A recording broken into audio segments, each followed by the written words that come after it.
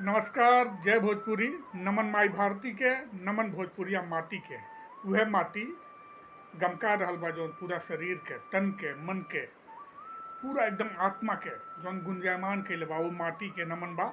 तो ये मेरा बाबा गोपालपुरिया ने एगो बहुते चुलबुल, रोचक, मजेदार कहली महाराज भोजपुरी में, अपनी भाषा में मजेदार, लेकिन ज्ञानवर्धक एगो बहुत बहुत सीख देवे वाली कहानी, खिस्सा, लोक कथा लेके प्रस्तुत बाने। ये जो खिस्सा बाना ये अकबर बीरबल से संबंधित बा, लेकिन गारंटी देता नहीं ना, सुन लेना ओकर रहुआ। ये खिस्सा अनमोल बा महाराज, बहुत कुछ सिखा जाए रहुआ के जीवन में। तो आई बिना देर कैले एक कहानी के, एक कथा के आनंद लहल जाओ। एक बेर के बात यह कि अकबर अपनी राज दरबार में जो दरबारी लोग रहे, लोग से कहने कि हमके 4 गो चीज़ चाहिए। तो पूछो लोग, महाराज बताई कौन चीज़ चाहिए?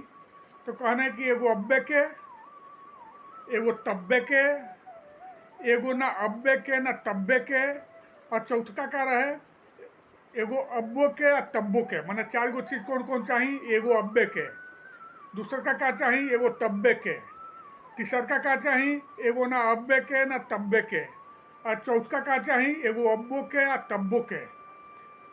दरबारी हैरान कि महाराज जी मतलब कि का मांगता नहीं, एक कहाँ से ले आवल जाओ। परेशान हो गए लोग। अंत में जानते बानी कि जब दरबारी परेशान हो जाओ लोग तो बीरबल बिना उठाने, तो उठौने बीरबल बिना कहने महाराज बिहने बिहने दरबार लगते हम ही 4 सवालन के जवाब रौड़ी लगे लेके चली आई। तो ओकरा खातिर कुछ धन दौलत दे दी, कुछ रुपया पैसा मैंने रहा खर्च खातिर।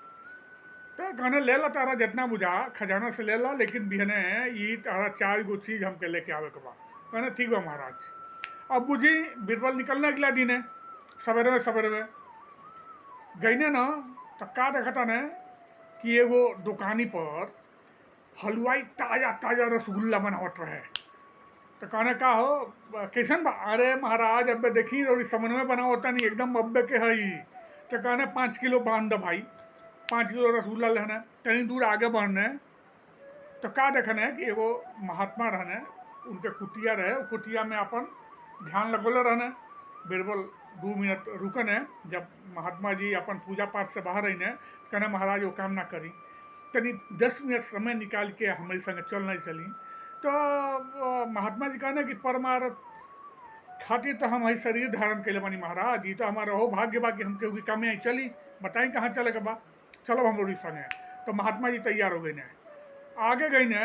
तो का देखने कि एगो मजदूर रहे, मजदूर वो बेचारा मजदूरी करे निकलल रहे, अपन कुदारी उदारी कान्हे पर रहले या मजदूरी खोजत खाली निकलल रहे। तो वो रास्ता मिल गई। तो बीरबल कहने कि भाई तनी आधा घंटा समय निकाला, तो हर जो मजदूरी बा वो हम भरपूर तक आज के मजदूरी देव, तो हमारे संगे आ जा। मजदूर भी तैयार हो गई भाई, ओकर मजदूरी से तो काम रहे ना, मजदूरी मिलते रहे। तो वो आ गई बीरबल की संग है। अब देखी बीरबल तने से और आगे बढ़ने ना, तो एगो मंदिर रहे। वो मंदिर पर का देखा जाने कि बहुत भीड़ लागल बा। एगो सेठ बा और वो अपनी माई, ओकर माइयो बाड़ी संग में, ओकर पूरा परिवार बा। और बहुत दान पुण्य कर रहा बा महाराज, गरीबन में न सारा व्रत चला रहा बा। कहीं भोजन बताता, कहीं कपड़ा बताता, कहीं अपनी माई के हाथ दान दिवावता, पूजा पाठ में एकदम वो लागल बा, बुझनी।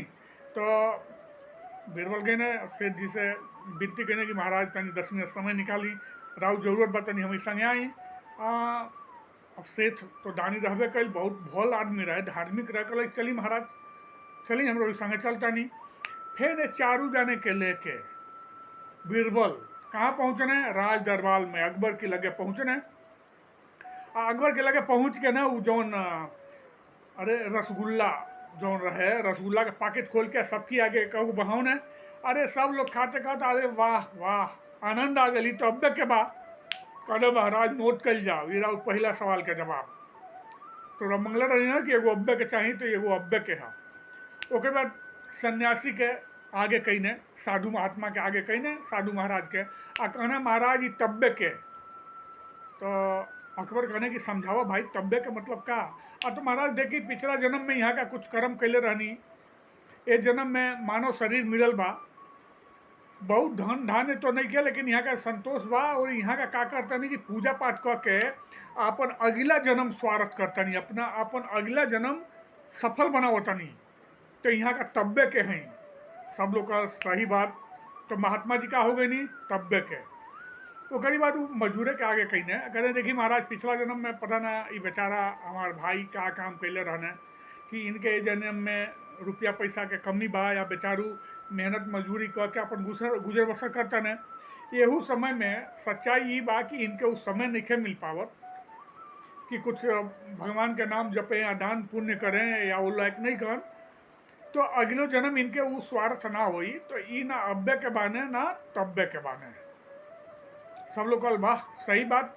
अब चौथा ले आवा जवन अब्बू के होके तब्बू के ये कहते वो सेठ के बीरबल राज दरबार में प्रस्तुत करने कहने महाराज देखी ये सेठ जी पिछला जन्म में इतना कुल निम्न कर्म कैले रहनी है कि येहू समय में खूब रुपया पैसा मालदार माने यहाँ का खूब धन धान्य बा यहाँ के घर में समृद्धि बा माता पिता के आशीर्वाद बा यहाँ के ऊपर पूरा भरत पूरा परिवार बा। आ यहाँ का येहू जन्म में पूरा दान पुण्य धर्म काम में लागल बानी दान पुण्य करता नहीं गरीबन के सेवा करता नहीं जरूरतमंदन के सेवा करता नहीं। तो देखी यहाँ का येहू जन्म में मजबूत तो मतलब बानी अपन अगलो जन्म स्वार्थ करता नहीं अपन अगलो जन्म सफल बना होता नहीं।